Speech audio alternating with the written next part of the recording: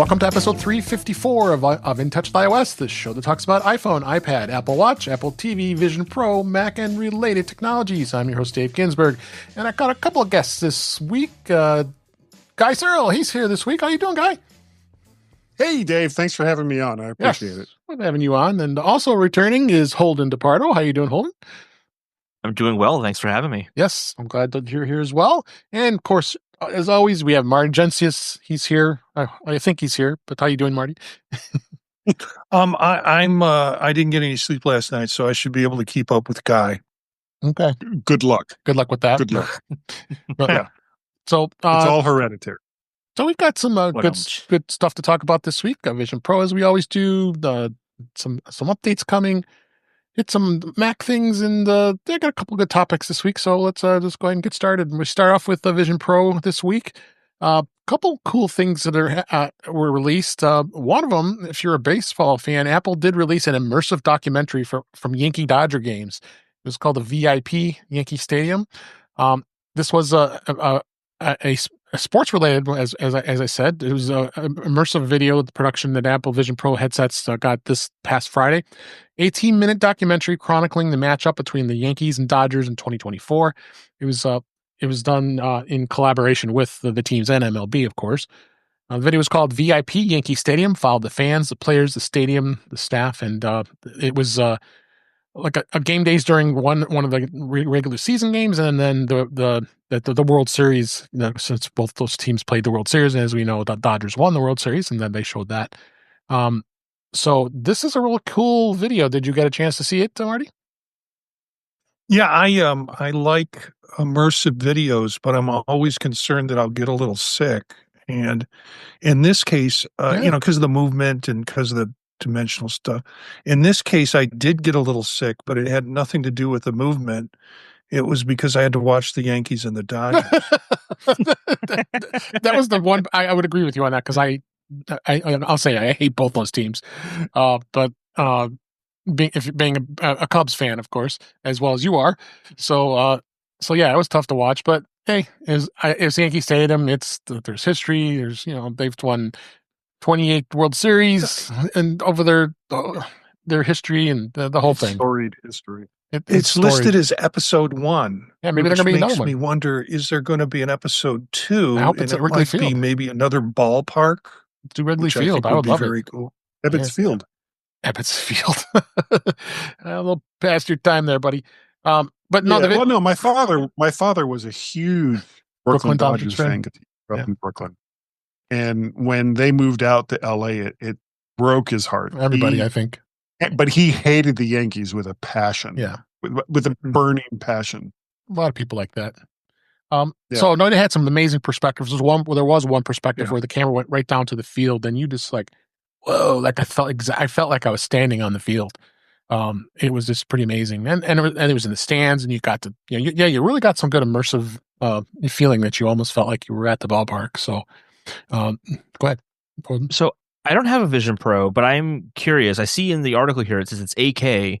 Are most of these 8K? Because that's been a big hindrance for me watching some of this content. Is it's always a little blurry or something like that. But 8K, it's got to be really sharp. What does that look like? It's amazing. I mean, it's just it's incredible. It's like, I guess that's all I really could say. It's pretty amazing. That it's sharp though. Like it's not like you're okay. Yeah, that's cool. I wonder when they'll actually do live games regularly, where they just some company buys out seats. Yeah, they just buy out some seats at these different stadiums and just put cameras there. Right now, if MLB TV does work on Vision Pro, I'm assuming you've tried it, Marty.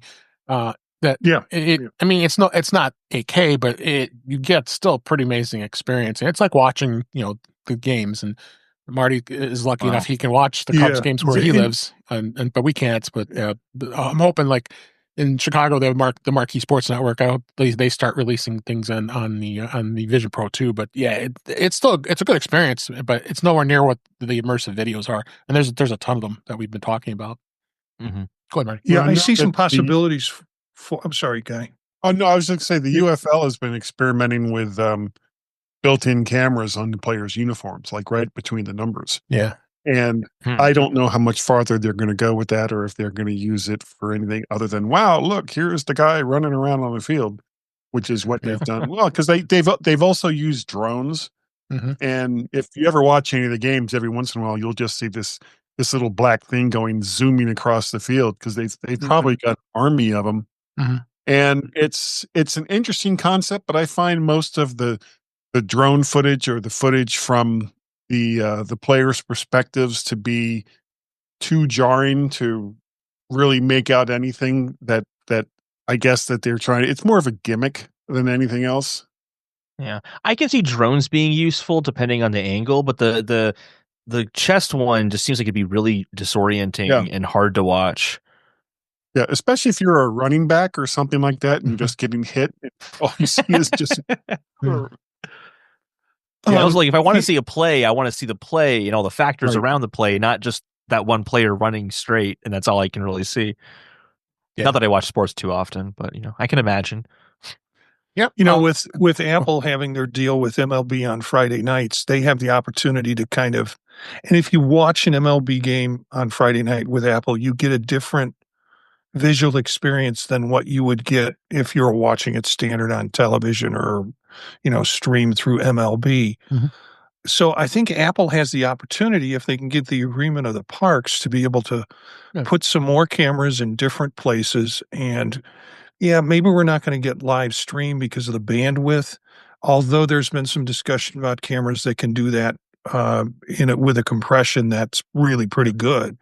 But the fact that they are able to kind of produce it from an Apple visual point of view means it could be a very much more interesting game to watch.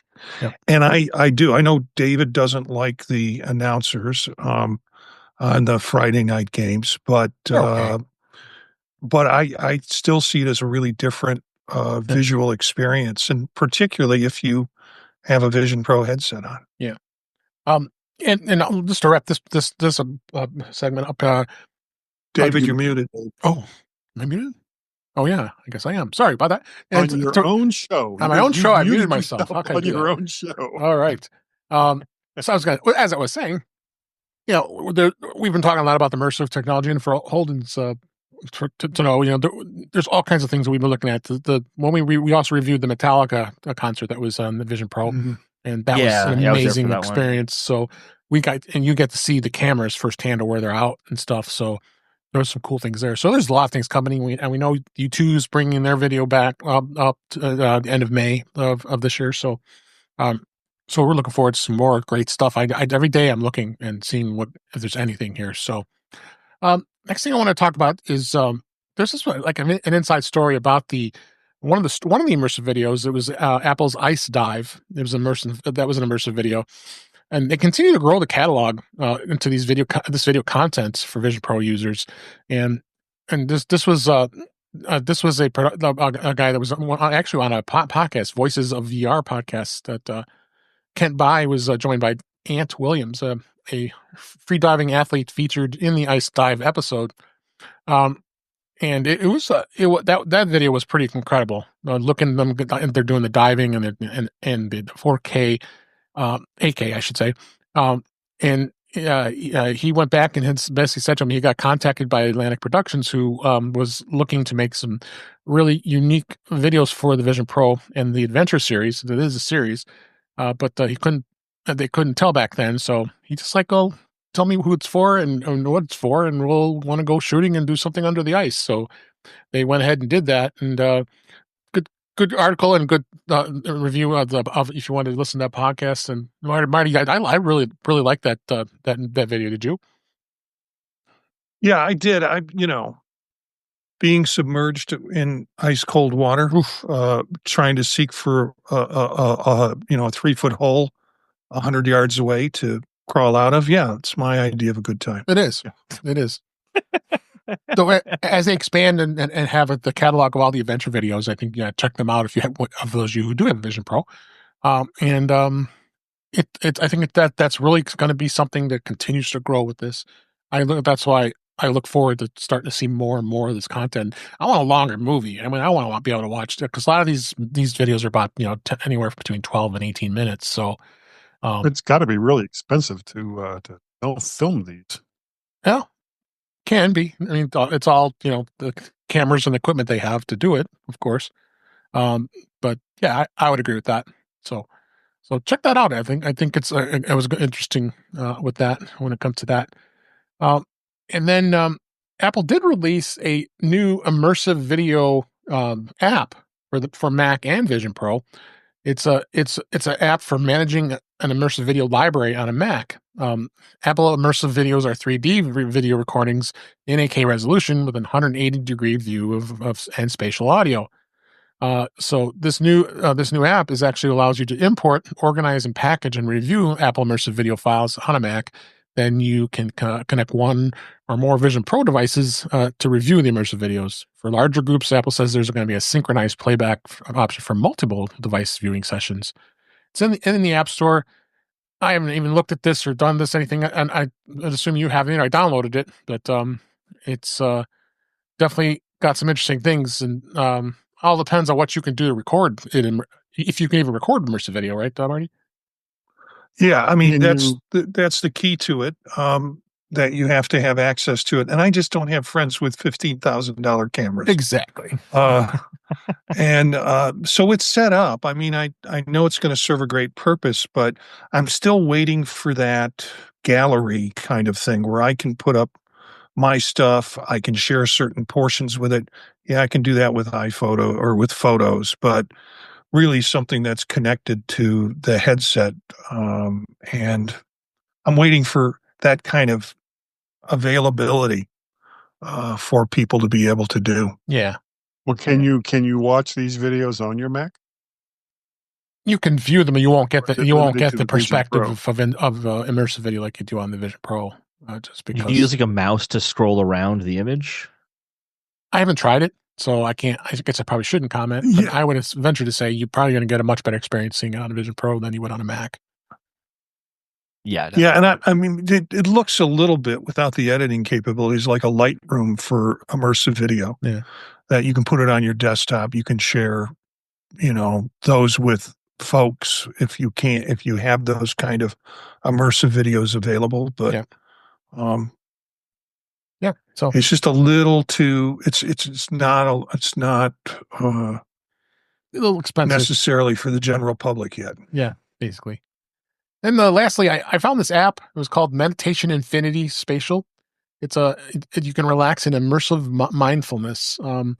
What this app is, it's you can experience calming 8K fractional animations, full 3D immersive environments with high fidelity binaural beats and audio and relaxing stress relief. So it combines all this in the technology and basically gives you some options to really chill out and meditate and kind of a cool thing on the Vision Pro. I have not tried it yet, but I don't want to recommend it as an app because I wanted to try it. Did you try it, Marty? No, I haven't. I buy meditation apps like fart apps, and I've got way too many. I've got way too many meditation apps for what they do. And this looks interesting. It kind of looks like it's got a screen that you can put within an immersive environment. So you can be in an ice cave and you can have a screen up that has a pattern moving kind of fractal image. Mm-hmm. And that's your meditation. So, Are we talking about meditation or farting? No, meditation. Okay. Yes. I'm not farting. The app is doing it. Yeah. Okay. Exactly. That might be a show title right there. I have an immersion. I don't think I would like that immersive experience. Yeah. Not in that. Okay, let's move on. Yeah, it'd be a 4D experience with the smells and everything. Yeah, okay. Television. Moving on.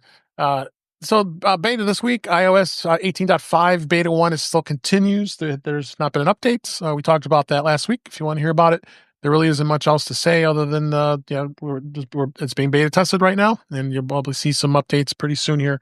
As we get closer to WWDC, we've got at least 2 months yet before that's going to happen. So check. So be aware of that. And there is an 18.4.1 is up, an update's coming soon. There's been Apple employees that have been testing this for iPhones, and you can. There have been a reliable indicator saying that there is an upcoming iOS version. It'll just be a minor update, I'm sure, and there is no developer or public betas for minor updates like this. So be aware of that. It's probably going to be out soon, and then of course, we can anticipate iOS 19 beta will probably be released, as we always know, during the keynote on June 9th for WWDC 2025. So, anybody have anything to add to that? I'm just amazed that these are predictions, in the sense that, well, they see the logs. Who would have thought? Yeah, but still. You know what? They're probably going to come out with a new iPhone. I'm going to predict they're probably going to come out with a new iPhone sometime in the fall. They could. So it's possible. Yeah. I'm going to just go kind of even logical further. Deduction. Yeah. September. Call me crazy. Could be September. It's possible. You're crazy. You are crazy. That's another story. All right. So that's that. Let's move on to a little bit of In Touch with Mac this week. I found this interesting little service that's out there, that the ability to be able to get a Mac with this affordable upgrade program, and you don't have to pay for it up front here. So, buying a Mac can be a very costly affair. The cheapest model would probably run you anywhere for $900 to $1,000. That's a MacBook Air.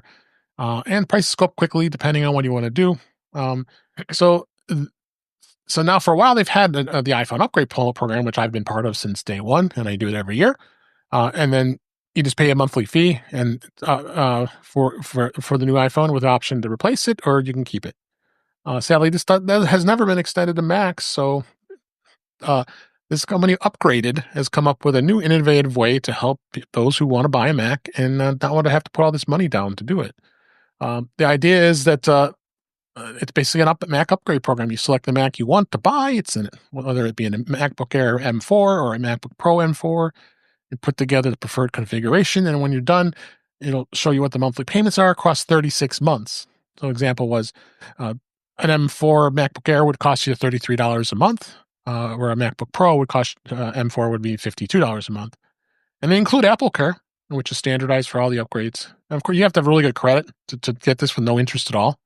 But they said some of the lower scores probably would pay a variable rate. So you do have to have you have to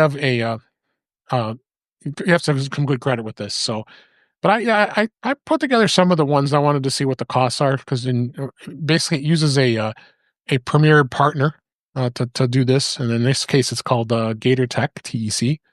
And I went in and you click it, and they really have this site awfully designed the way the Apple site looks like, honestly. Yeah. So you can go through and you can get any of the models, and you can upgrade them just like you do. Of course, the monthly price is going to get higher and higher.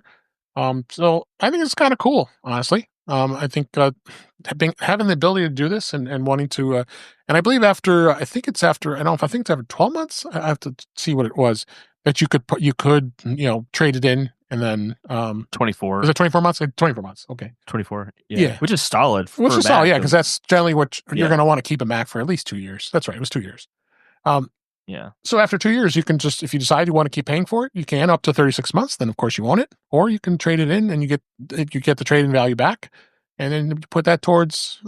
Actually, it's just like the iPhone trade-in program. You just trade it in, and then you start over and do it again. So, what do you think, Holden, on this?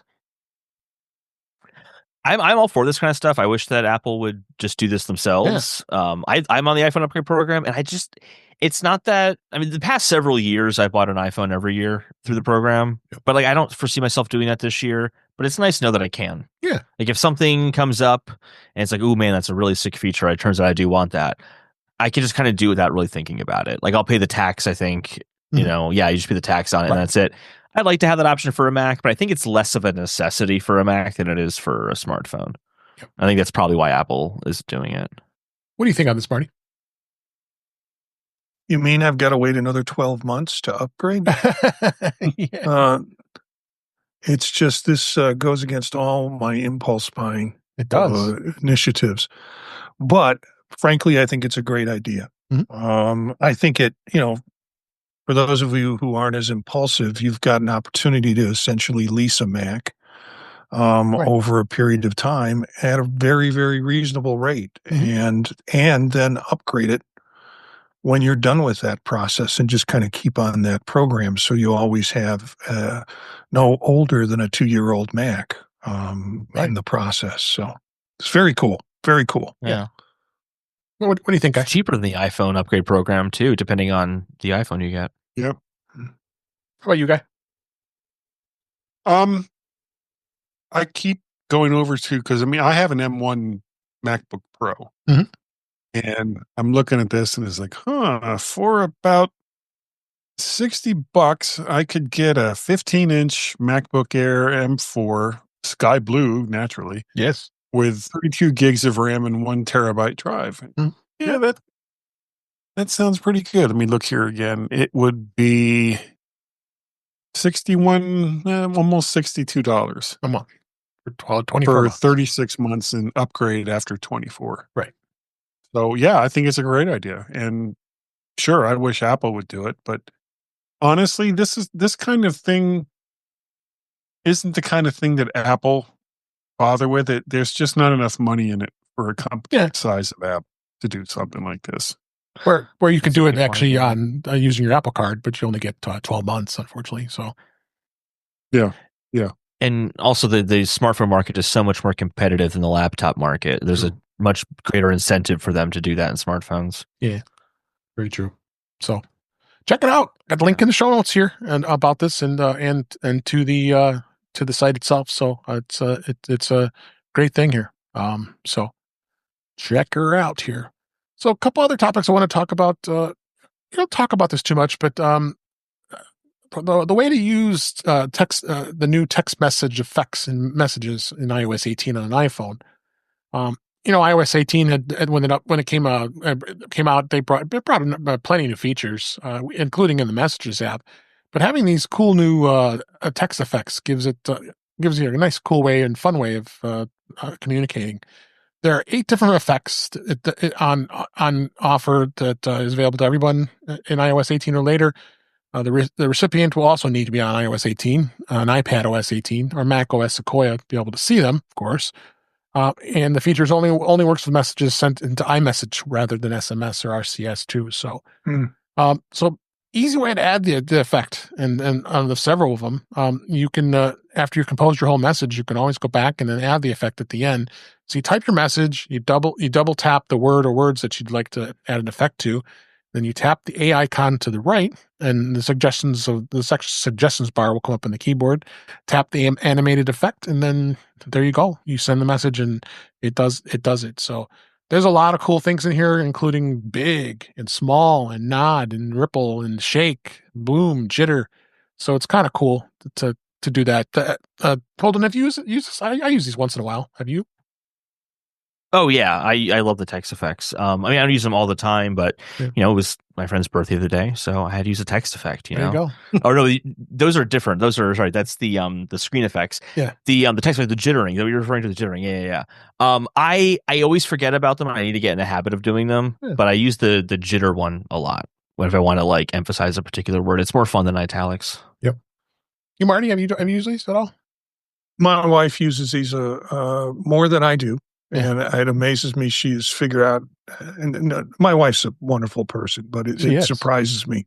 She's figured out how to do this. I'm looking for something with a little more edge to it, like seizure or bleeding or something that is jitter. That's about as close as I can get. Yeah. Yeah, that's like too much coffee, but not like a full-on seizure, you know? Yeah. You hit the tariffs one, and it gets really big, and then it kind of slows down. It gets really big again. And and then the person that you send it to can actually put their own tariffs on it, and it gets bigger or smaller. Yeah. Oh, that's a dirty word on the show. Don't say tariffs. How about you, Guy? Have you used these at all? Yeah, every once in a while. I usually forget that it's there until I somehow manage to accidentally hit it, and it's like, ooh, I could do this. And then I look at it, it's a message to my boss. No, I probably shouldn't do your boss. Yeah. But I do find I'll get it done. Whenever it comes shaking. Up, yeah. It's like, I'm fine, boss. Thank you for calling me today. So yeah, Usually, if I'm talking to like somebody in the family and it comes up, I'll hit it. But you know, typically it comes up at inappropriate times, which I'm just going to stop right there. It's probably a good place for me to stop. Yeah. Okay. All right. Let's go on and move on here. I found this interesting. I always get this question: what do you recommend on a particular product, whether it be a Mac, an iPad, an iPhone? And Mac Rumors did us some great comparisons, and what really did the differences is the iPad 11 versus the iPad Air, or the iPad Air versus the iPad Pro, and what are really the differences between the two. The biggest thing is, and I think we've always talked about that the iPad Air, which is an M3 2025 model, it's got a little bit different display. It's a liquid retina display versus an ultra retina XDR display, which is the iPad Pro. And but it does have the same sizes, 11-inch and 13-inch, and M3 versus M4. It's got some upgrades with the memory. It's going to be faster on the Pro, and you're going to see that. The one thing it doesn't have, the Air, is the Face ID. It's a Touch ID, which is still around, surprisingly, and a number of other things that the Pro has versus the Air. Now, the Air with microphones. You have smart keyboards, though. You do have smart keyboards for both, and so you can get those. But pricing is different. It starts at $599 versus $999 on the Air. I mean the Pro, excuse me. And then storage, it starts at 128 on the Air, which starts at 256 on the Pro. And limited colors on the Pro. You either get space black or silver. Whereas the Air gives you a number of other colors, including space gray. Space gray is supposed to be gone. It hasn't gone yet, but starlight, purple, and blue. So how do I recommend this? And for Guy, we'll talk about microphones. You only get 2 microphones in the Air, whereas there's 4 studio quality microphones in the Pro. So I'm done. It does work really well. So it has audio, zoom, and stereo recording too. So the Pro has a lot of things, but is that important to you? That's the thing. I would tend to recommend the Air for most people because I think it's the device that's going to be a sweet spot for price and for probably many people probably won't need all the stuff that the Pro has. But I have a Pro. I have a 13-inch Pro, which I love, and I'd like to see your thoughts on this one between the comparisons between these two. What do you think, Holden, on this? So I have an iPad Pro, but I have the M2 version, which is still perfectly good. 11-inch. Oh yeah, I really want the thinner design, but it's not worth upgrading for that. So I went for the Pro because I wanted Pro Motion and I wanted the Face ID. Those were kind of the 2 big things. And I'll say I still would get it for Pro Motion just because that's something that I value. But Face ID on iPad is not nearly as seamless as it is on iPhone. Yeah. I very, very frequently, I mean, my iPad is basically a notebook, and I use it all day long at work. GoodNotes, incredible app, by the way. If you don't use that app, it's amazing. And so I'll find that if I want to turn on my iPad and it's locked, I have to hold my head over the iPad, and it's a little cumbersome. And I got that because I thought it'd be less cumbersome than hitting the power button every single time to do Touch ID. But now that I've been using Face ID, I think that having Touch ID might actually be more seamless because you just get used to the habit of hitting the sleep wake button to turn it on, as opposed to tapping the screen and then positioning your entire body over the iPad instead of moving the iPad, because that's just how I do it for whatever reason. So yeah, that's kind of my only thing there, but I really love my iPad Pro. I think the Pro Motion makes it a big difference. Agree. Yeah. What do you think, Guy? Are you have an iPad, or you don't have an older one, right? I have an M1 iPad Pro. Okay. And I had the 2018 Pro before that. But if I was buying an iPad today, I would go with the Air. And I would spend the money to get a new smart keyboard with it. I think that for everything that I do, and I'm not doing what would you call promotion or anything like that. If I'm going to edit videos, it's going to be on CapCut or something like that. It's really not anything that requires the kind of horsepower that the pros have, and the price difference makes it so that instead of getting an iPad Pro and having to compromise on storage, I can get the iPad Air, and for the same price as a Pro, get their top level amount of storage with it. So yeah, I think if I was going to buy a new iPad Pro, a new iPad, I would go with the Air. Okay. And you, Marty, and I know you have a Pro. You're happy with it? I've got a 13-inch M4 Pro, just like me. And an 11-inch. Okay. The 13-inch has cellular in it. The 11-inch is just wireless. I use cellular with mine. Yeah. And because that one is going to be, if I'm going to take it and I need it, it's going to be on the go for me, and I don't have to worry about being in wireless places to do it. I also have an iPad mini, which sits downstairs in my living room for morning reading, basically. But to be honest, I don't grab it as much as I should, because I generally now, particularly, the MacBook Air, the baby blue MacBook Air is going to be is my work machine right now when I'm on the go. Otherwise, I'm here at home with my studio. Okay. And if you were between the two, if someone's asking you, what iPad would you go with? And what would you tell them? Air. If I didn't have all the rest of them and myself, I would say, and if I got rid of all of them, and I needed only one, I'd probably get the Air. I would follow Guy's advice, because I'm not power using. The stuff I'm power using is the video that I'm doing on my home studio. So I'm not going to be doing it on the fly. Yeah. So, and I would be the same. I would recommend the Air for most people. If you want the horsepower, go with the Pro. But the Air is just perfectly fine. And then I wanted to go back a little bit, doing the comparison between the 11th gen iPad and then the Air. To me, there's no comparison, honestly. I mean, you don't have you don't have anywhere near the stuff that it has. Notably, the Air has an anti-reflective coating, and it has Apple Intelligence, where the 11 does not. Not that we're big fans of that right now. It's the A16 chip that's in the iPad 11th gen versus the M3, and then you've got much lower CPU, 5-core versus 8-core, and there really isn't much else there when it comes to the comparison. I'm not going to go through all this, but both support the Apple Pencil. So does of course the Pro and the Air, which is the Apple Pencil Pro on those. Whereas the 11th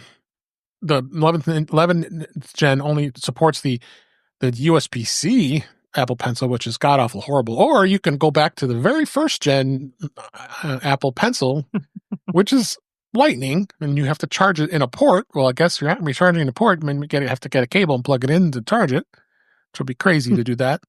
Good thing is with the 11th gen, they started at 128 gigs, because if you remember correctly, the old one was at 64, and we've talked about this, where 64 gig is no longer a thing anymore on the iPad. The Air starts at 128 as well. So I don't think there's any question. I don't even need to ask the panel here if you were going to choose these two. I would still lean towards the Air. If you really want to get something really lower price, and sometimes you find the 11th gen or even the 10th gen is still out there that's really cheap. You can get it for $299, sometimes $249. Then go for it. But it's going to be a very basic iPad. You're not going to get a ton of great power with it, but it's good enough for most cases. But if you're just reading books or watching movies or something like that, sure, go ahead. I want my yellow. That's the thing. I'm looking at this picture, and that yellow, I haven't seen that before. Yeah, that looks pretty cool. Yeah, and that's the great thing with the Air and the 11th gen is you get some cool colors, not just the plain old space black and silver on the Pros. So, anything you want to add, Holden? No, I mean, I agree. I mean, between the 11-inch iPad, or the iPad 11, and the iPad Air, definitely the Air. I mean, especially if you want to use anything for handwriting, you want the new Apple Pencil for sure. Yeah. That's true. So, check it out. That's kind of our thoughts with the iPads, and I love the Pro, but it really depends on your budget, obviously. But I think the Air is a very good sweet spot, like we said. So anyway, all right, let's talk a little bit about CarPlay. I've had some challenges with CarPlay lately, especially my wife's car has been kind of a challenge. There's some practical things that have been happening on the car as far as fixes with Apple CarPlay not working. Sometimes the simplest steps can just fix it. But before going into any troubleshooting, I mean, the first logical thing is to do a restart of your iPhone and your car. Of course, you just turn your car off and let the radio go off, and not while you're on the interstate. Not on the interstate. No, you should be doing that in the driveway at your house here. So, and then shut it off. Wait 30 seconds. The other thing you can do is checking if it's wired with the cable. Maybe the cable's poor. You're using a poor cable, or with wireless, and also verify the compatibility. Apple does have official CarPlay vehicle lists to confirm that your car is compatible. If it's not listed, you got to check with your manufacturer. And it has a long list of cars here, and I know my car is listed because I am using it because it does work wired. I'm using one of those wireless adapters, which has been great. I've been loving it. So I was able to retrofit so it's wireless. So my wife has a new Jeep, and that's got the newest technology with the phone, with the car radio, and it can be troublesome. It's been blanking out. Sometimes calls are dropping when it's connected, and it's all connected to CarPlay. So there's a known bug, and I've got a link here in the show notes if there's a potential bug with 18.4 when it was upgraded that was causing the iPhone to just all of a sudden just go blank, and then it comes back, causing some bugs with CarPlay. So, because of course CarPlay is upgraded too when it goes along with it. So, I've got a link here in the show notes if there's a potential bug. Yeah. So, do you have any thoughts on this, Holden? I haven't had any of those specific issues happen. What happens to me all the time is there needs to be a thing that Apple can do to fix this. Is when I make a phone call on CarPlay, for some reason it'll think to connect to the AirPods in my pocket in the case, but not to the CarPlay that I've currently connected and use Siri on to make and start the phone call. I don't understand. There needs to be some sort of like override that just says if CarPlay is connected, default to the car, not the AirPods that are in a case. But I don't think that's related to 18.4. Yeah. No, this is something different. I think that's going on with 18.4. Yeah, but I guess I'm saying I haven't had any of these other issues. It's been pretty seamless. I've never had any CarPlay issues really. No, nor have I. I mean, like I said, I've got that the adapter for wireless, and it's been working good for the most part. Sometimes I get some glitches where it just times out when it tries to connect, and I have to unplug the adapter, plug it back in. But not too often that it works. Mm-hmm. Guy, you have anything to add on this? Yeah, I've had problems with it. It comes up on the screen, and I mean, I drive a Mazda, so it's not a touch screen. I have to swing this little knob to get it to go around to all the different things. Oh, wow. Okay. It's actually kind of annoying. Mm-hmm. But all of a sudden, that'll stop working, and I have to unplug the phone and plug it back in again in order to get it to start to work. Now, if I was listening to music or a book or a podcast, when I plug it in, I can hear that. But if it's one of those things where it's like, oh, okay, I was listening to, this song, but I want to go on to the next song, even the controls on the car won't work. The screen is completely frozen as far as being able to control it. So I have to unplug it and plug it back in again. Yeah. And that's relatively new. That started with like 18.2, 18.3. Yeah. For me. How about you, Marty? Have you been experiencing any problems with yours? The only problem I experience with CarPlay is after my son borrows my car for a couple of days. No, Dad, I didn't touch the settings. Yeah. Actually, I haven't had any problems with it, and I used to, but then, David, you turned me on to this really good little adapter. Yeah. And it is absolutely amazing. It works really well. So, Yeah, absolutely. The only reason I don't want to get a wireless adapter is I like that my phone charges in the car. Yeah. See, otherwise it sounds great. You just leave your phone in your pocket and you don't even think about it. But I like that 30 minutes of charging in the morning. And actually, I have a 16 Pro Max. It's like the only charging I need to do during the week. Yeah. Yeah. It's. But other than that, I would love wireless. No, yeah. I once I got the wireless, I was very happy because my car's a little older and the head unit doesn't have wireless capabilities.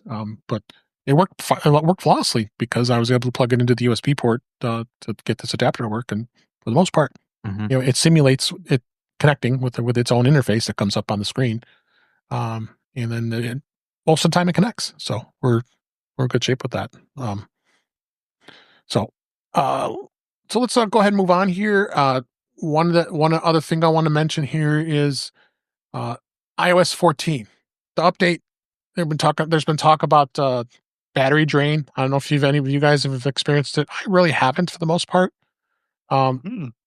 There's been some reactions of what you can do. Notably, some of the things you can wait for is waiting a bit. Maybe it's completely normal to see a drop in battery life. You're installing a new OS, and of course, as things work through, I've seen it update itself.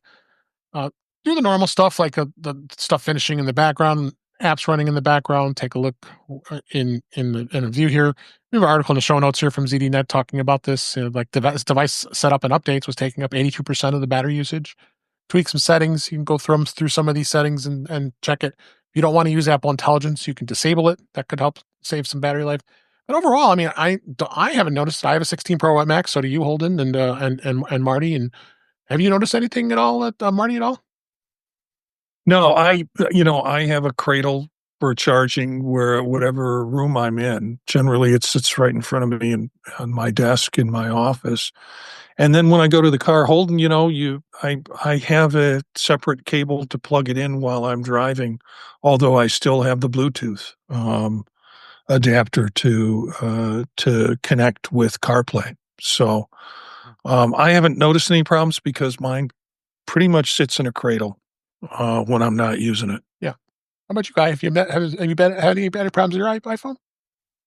Not as far as battery life goes. It's been phenomenal. Like with what Holden was saying, I plug mine in when I drive to work, and then I plug it in when I go home, and I haven't had any problems with battery life at all. Yeah. Okay, great. So let's I will just kind of go ahead, please. Really, really quick. I was wondering as well, like if you do all these things that are in the article, disabling certain stuff, tweaking settings, and you're still having it happen, call Apple for free. They can do a software diagnosis, and they can actually see if there's any background processes that are crashing frequently to let you know, like if there's actually a software issue. And if you turn the phone off and just carry it around that way, it's got really good battery life. Yeah, it's great. I mean, if you do everything that's in the article, you're gonna, it's gonna get better. But still, it takes away some of the functionality of the phone. So, well, I mean, you have to make these kinds of sacrifices sometimes. Yeah. It's also, when you do this though, it has a very, very advanced do not disturb mode. It's pretty incredible. Yes, it does. So, I thought it'd be kind of a little fun. I did get some new podcasting gear as well as one microphone that actually would work with the iPhone. I wanted to talk about it a little bit. If anybody's going to notice how great my voice sounds right now, I'm talking on a new Shure SM7B microphone. I'm really loving it. And it's the first podcast I've done since I've got it. I upgraded my Rodecaster Pro. This is a Rodecaster Duo, which is the smaller version of it. Does exactly the same thing that the Pro 2 does. It's just smaller and only does 2 microphones instead of 4. I'm not going to see if I'm going to use it much, but I'm still learning it and playing with it. But the great thing about it is it's got so much more advanced technology. You can control it more. There's some virtual devices you can work with on it. So still learning a little bit on it. So I'm kind of excited, and I want to sound good doing this show too, which I have, but I've turned into Guy with all these extra mics now. I have, so I don't know how multi-track on the Rodecaster Duo is fabulous. Yes, and I have to learn that. So I've got links in the show notes for all of the devices that I've got. The last thing I got was the Rode Wireless Pro third gen. Pretty cool microphone for the most part. I know, Marty, we talked about it, and you said you weren't too overly happy with it. I haven't had a lot of time to play with it, but it does have wireless capabilities that it will actually connect to the Rodecaster Duo, which is really cool. Because then I can have an additional mic and a third mic if I wanted to, going wireless, and the sound on it's actually pretty good for the most part. I mean, but you didn't like it much, Marty, did you? No, I just noted the differences between the DJIs that I got in terms of the size of the receivers and things like that. And I was really impressed with the sound capabilities and the noise cancellation that they had in the DJIs. Mm-hmm. And so my son and I did a show from the car and was just really pleased with it. And as it turns out, Will is going on another trip, so I'm driving him to the airport, and we're going to try and test out the Rode Wireless Pros and see how those work in the car in terms of it. So like a daily drive. Well, no, just only you do the daily drive to the guy. Only you do the daily drive. We just happen to freak out and have 2 trips to the airport in 1 week. Because my daily drive is about 3 minutes to campus. Yeah, that must be rough. So great. Yeah, so check it out. I think it's kind of fun that I got to play with some new gear and sound a little better and have some fun with it and as well. So making this podcast sound even better. So let's go ahead and move on to the news for this week. The first story I want to talk about is Instagram. Instagram is working on an iPad app. Can you believe it? It's a report that actually came from The Information via Mac Rumors. An Instagram employee with an insight into Instagram's recent moves to take advantage of the situation with TikTok shared the tidbit about the company's work on an app for tablets. If you want to know, that it's been 15 years and they've never had an iPad app ever. So it's going to be interesting to see what they do. And then they're adding a lot of other things, like doing things like a new video app called Edits, where you can replace the ByteDance owned CapCut. You don't want it to happen, my guy. So it's going to be interesting to see where this goes. And Instagram is becoming more and more popular. So I know, Holden, you're not a big social media person, so I know you're probably not on Instagram.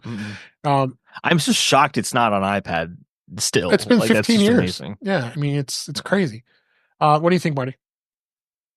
I played with an Instagram account, couldn't get hooked like people were. The heroin didn't work for me.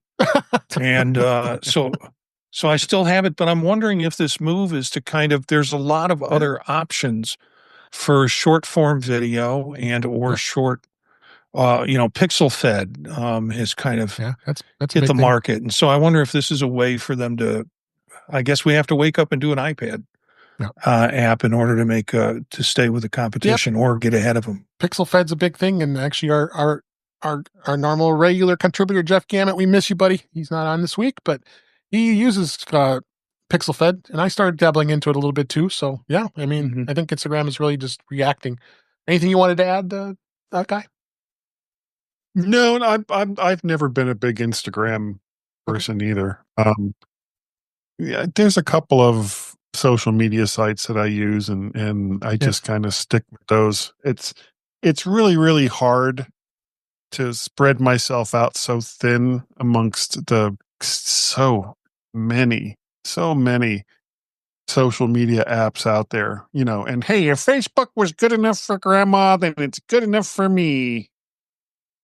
Yeah, exactly. So, also, I wanted to talk about this real quick. This is kind of sad. I hate to see an Apple store close in the Chicago area because and I've been to the store a few times. Apple is closing its suburban Chicago store. It's in a town called Northbrook, and they won't replace it. That's kind of unusual. Apple generally shutting down a store doesn't tend to happen. Usually they either relocate it or open it somewhere else. But in this case, they're shutting it down for good. This is going to be April 26, 2025. That's a couple weeks here before as the we record this, and Apple did confirm that it's going to be permanently closed 7 p.m. on April 28th, 2025. And nope, they're not going to be replacing this store. The company had thanked customers on its store page and encouraged them to visit nearby locations with shopping online. This mall is been died. I mean, it lost 2 anchor stores. Lord & Taylor went out of business. Macy's pulled out, and Lululemon wasn't there. They're gone too. So they're basically in a dead mall for the most part. So makes sense to do it. But sadly, it was open for 20 years, almost 20 years. July 16th, 2005 when the store opened. And then they moved it to a different location within the mall in 2017. So, but there are 3 locations that are close by to the stores. I've been to all 3. It's Apple or Old Orchard, Apple Deer Park. That's my favorite store, and then Apple Woodfield. And Marty, what do you think of this? It's sad to see, but I've been to Northbrook, and that was I forgot to bring a cable on our trip to Chicago. I guess I need to go to the Northbrook store, which was the closest to where we were at. And and it lives and die. Those stores that are inside the malls, they live and die by what goes on with the whole mall. Yeah. Guy, what do you think? Yeah, it's not a surprise. There's a lot of malls closing, and generally speaking, Apple has made very good decisions on which malls that they put stores in. Yeah. But of course, they're not prognosticators. So if there's a store that or a mall that is slowly dying, and generally speaking, once a mall starts to die, there's not much you can do to revive it. Yep. Then sure, just go ahead and close it. And if there's other stores that are nearby, like here in Northern Virginia, there's, oh my God, you can hardly throw a rock without hitting another Apple store. So, if one of those closes down, then okay, I'll just go to another one. I don't know if the one in Clarendon is still open. I was actually going to check that before we talked about this story, but there's plenty of other ones out there, especially at the in the bigger cities. I'm good with it. It's just like I said. Hopefully, maybe Apple will expand in the future. We don't know. Holden, do you have any thoughts on this? Yeah, it closed stores. Malls close sometimes. This is just a natural product of that. So yeah, at least it's not them closing because the store itself did bad. I don't think it did, because Northbrook is a pretty affluent community. So I think that was probably one of their motivational reasons why they put it there. Is the retail really challenged by people just purchasing these products online, especially folks who have had a product before? Is there a need for them to go to the store to see a new product if they can just as easily purchase it online? So I think, is retail as a whole contracting? It has its challenges, but I think everybody knows that the experience in an Apple store is amazing. I mean, every time I've gone and done anything at the store, my last visit, and in fact, I live streamed it on the Mac show on the British Tech Network. I was on a Friday.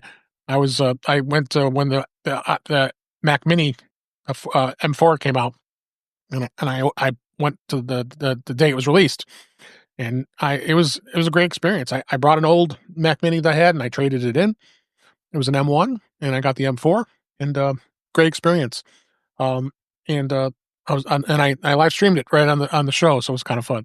It was one of many amazing experiences I've had with the Apple Store for over the years, and I'm sure all you guys have had a good experience. So, on that note, I also wonder if Apple uses their Apple Care profits to subsidize the retail stores, because even if they're not selling much in the store, they still want those stores to exist for the Genius Bar, because that's just kind of it's invaluable, I think, to have that as an option for customers. Yeah. And there's a lot of word of mouth there as well. Yeah, absolutely. Yeah. Let's I'll also go talk about how you can get Apple TV for $2.99 a month or $3 a month, and even if you already subscribe. So if you've been curious about Apple TV Plus and you missed that free weekend a couple months ago as we record, if you're an existing subscriber and you want to stick around a little longer, the streaming service is offering a can't miss deal, $2.99 a month.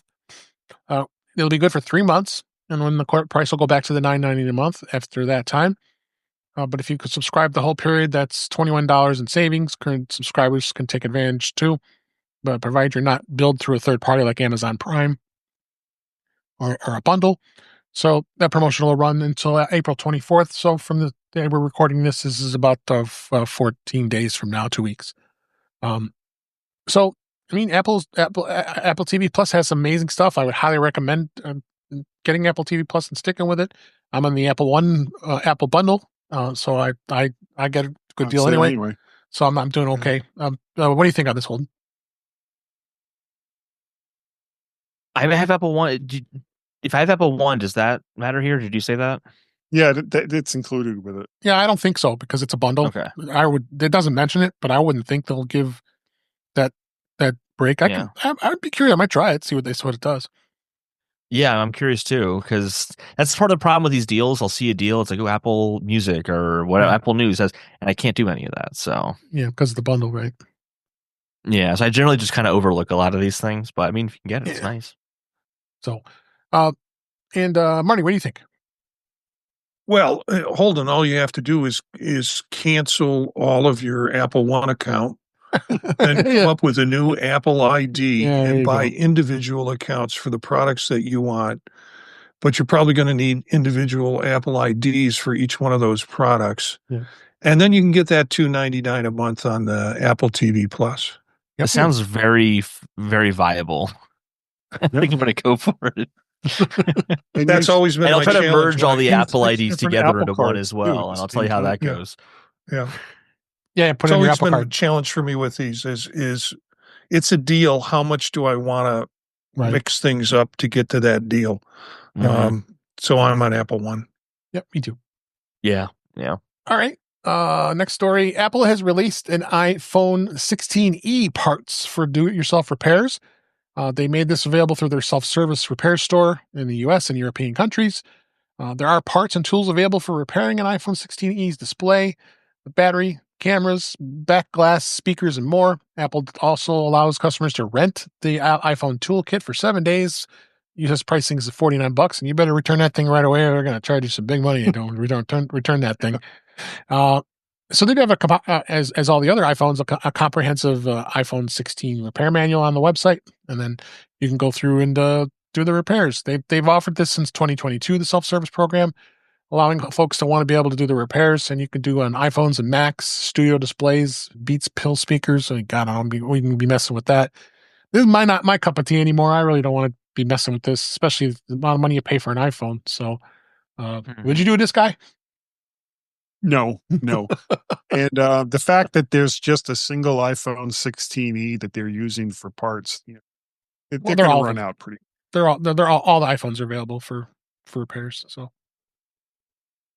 you to stay away from this too, right, Holden? Yeah, I just I have Apple. I have the app on the not Apple Care Plus. I have the iPhone. Well, I have the iPhone upgrade program, which includes it. Yeah. It's kind of just like why would I do this? So I can just go to the Apple Store and it's a clean enough process. I'll be without my phone for a few hours. Probably a good thing for me anyway. So yeah, and I don't want to risk it, So yeah, and I also totally forget to send the kit back. Knowing me, I'll totally forget to. Cost you $1,500. Yeah. So Marty, I'm assuming you're the same. Yeah, you can make out on the good end of this.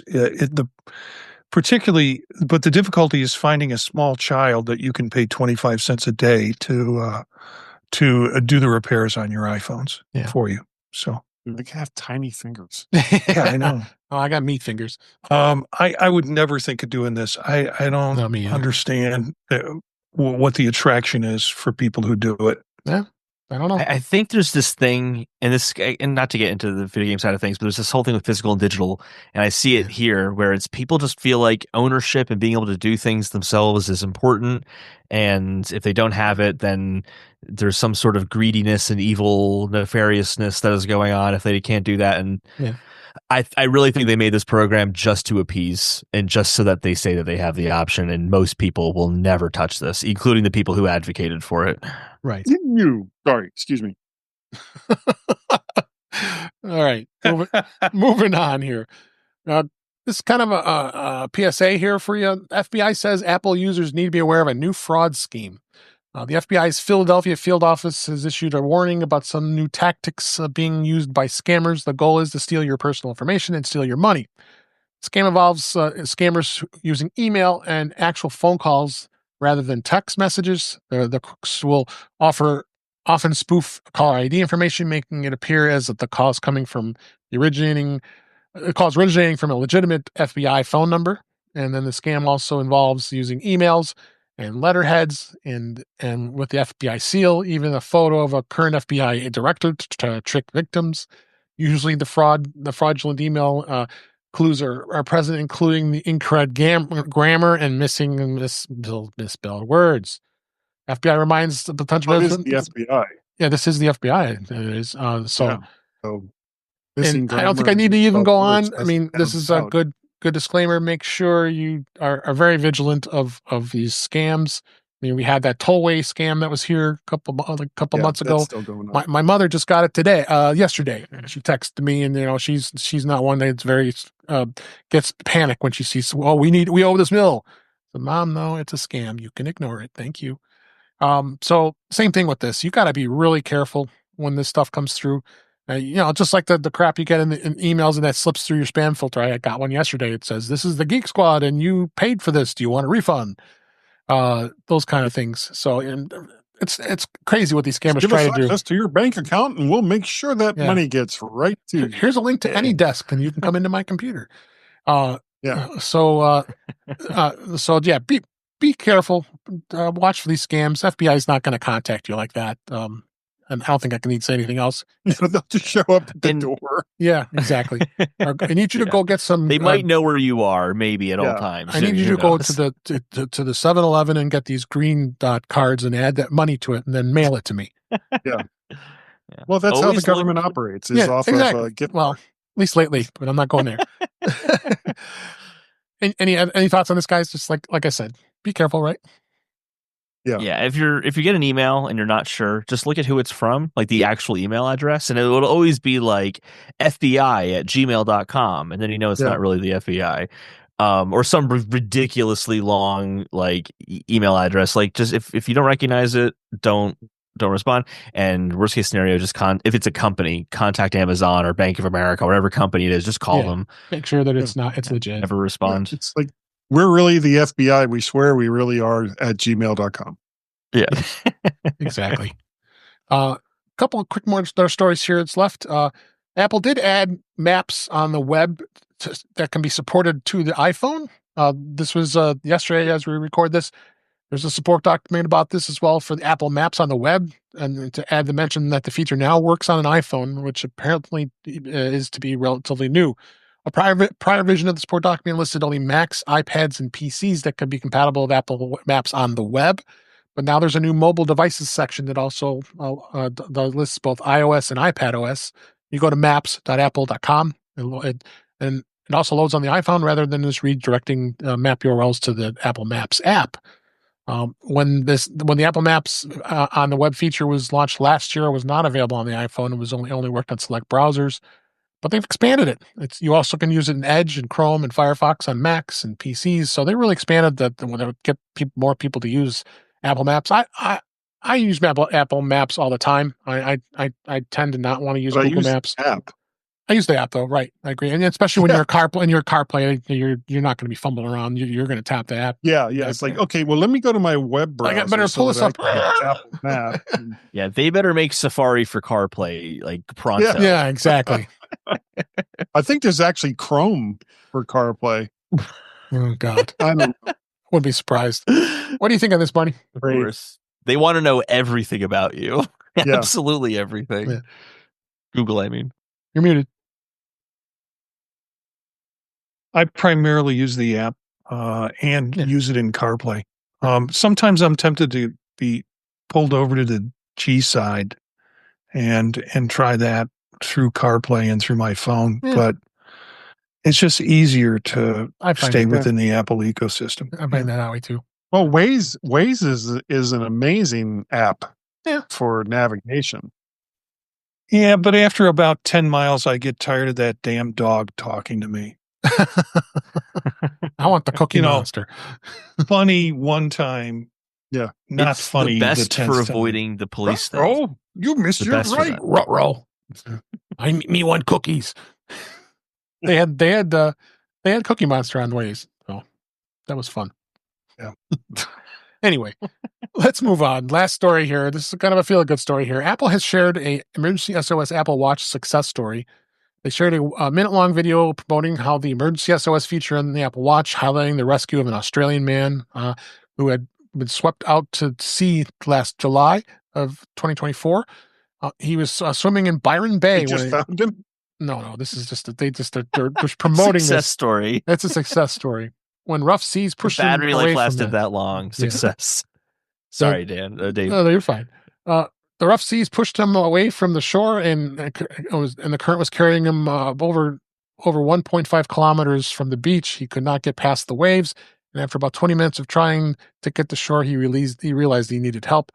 He called emergency services using his emergency SOS feature on his Apple Watch, and with the call played back in the Apple ad spot in a dramatic reenactment of the event, he was able to source help and stayed online with the emergency crews for an hour to direct them to his location, and ultimately rescued him by helicopter. Emergency SOS on the Apple Watch can be activated if you hold down the side button to call local emergency services for the area we're in. So it's kind of cool. I'm glad, and I knew emergency SOS is going to be a great feature for things like this. And what do you think, Holden? Yes. Yeah, it's an incredible feature. It's obviously one of those things that I hope you never have to use it, but it's nice to know it's there. Yeah. I also have how dark of a timeline do we live in? Does Apple create these scenarios by using Apple Maps to strand these people? And then no. for marketing stories, like go ahead. Yeah. Keep going straight. Yeah. Keep going. How about you, Marty? I think this is a great story. I can just imagine the person on the emergency, and once he gets the call, saying something like, "Okay, you're kidding, right?" I tried this with with my Vital watch, my fitness watch, and I couldn't get a call through. Anyway, so yeah, for sure. And you, Guy, what do you think? I think it's a great feature. I'm anticipating Android and some of the other operating systems copying it, which would be great. Absolutely. Unfortunately, there'll be about 2 minutes of ads before it actually. I hope that listen to this ad before I rescue you. Yeah, I can rescue. Oh, it's like so funny. The Alexa. I can rescue you, but wouldn't you rather see a movie right now? Yeah. Absolutely. Yeah, it's like the helicopter's on its way. In the meantime, yeah. Can I interest you in some swim fins? Yeah, that's right. It's like somehow it's going to get there before the rescue helicopter. And they're all just like the commercials that play on the gas station module. Like, oh yeah, that pump. Like all of that quality. 30 seconds, and you can't turn it off to save your life. Yeah. Literally, and it's loud. But you're like. Yeah. And then you're wondering, did I really want to be saved? Was that? Yeah. Could these stories kind of generate people attempting to do crazy things just so they can be rescued by their Apple Watch? Exactly. We're gonna they find out they forgot to charge their watch overnight. Yeah, we're gonna drop you in a live volcano and try to get rescued. Yeah. There are those videos of and they're always teenagers who are on the top of skyscrapers and stuff doing backflips because they think it's hilarious. So I can totally see a TikToker or something like that getting stranded somewhere just so they can have a viral clip of my Apple Watch saved my life. Yeah. Yeah. Totally. Or as they fall off, they're frantically hitting their Apple Watch on the way down. Yeah. Yeah. Oh God. And they have to watch an ad for the helicopter can get there, so it's not worth it anyway. Boy, this is getting dark very, very quickly. It is. We're laughing, so it's okay. It is. Don't try this at home, kids. All right. So that's all the story. That's all the great stuff we have for this week. But before we go, I want to make sure I mention MacStock. MacStock 9 is here. And I'm looking at the website today as we record this. It's 91 days away. I can't believe it. I got to get started on my presentation. My gosh. So it's coming. It's July 11th, 12th, and 13th, 2025. It's at it's at a hotel at the Holiday Inn in Crystal Lake, and you can get rooms there. We have just an absolute blast. Got a lot of great new speakers. The speaker lineup is out there now. A couple new folks, including Mike Burke and Chris Cook.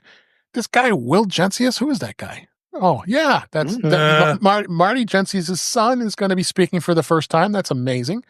I am speaking as well. Jeff Gammon is going to be speaking, as well as Jill McKinley, who's on the show. Kirsten Serle is going to be there. Allison Sheridan, friend of the show, Brittany Smith. That's amazing. She is speaking as well, and Brett Terpstra. And I also heard that Kelly Gomont's going to be speaking this year too. So you got Kelly and Brittany in the same room. Boy, it's going to be some crazy times. So I'm really looking forward to it. Knitting this year. Yeah, I'm sad. No knitting. Well, maybe she will. Who knows? No knitting. So come check it out. It's so much fun. 3 full days. There's going to be within all 3 days. There's going to be workshops and presentations, and a lot of great stuff. You get to network with a lot of great people, a lot of fun people here. Marty will be there. I'll be there. I don't know, Guy. I don't know if you hope you'll be there.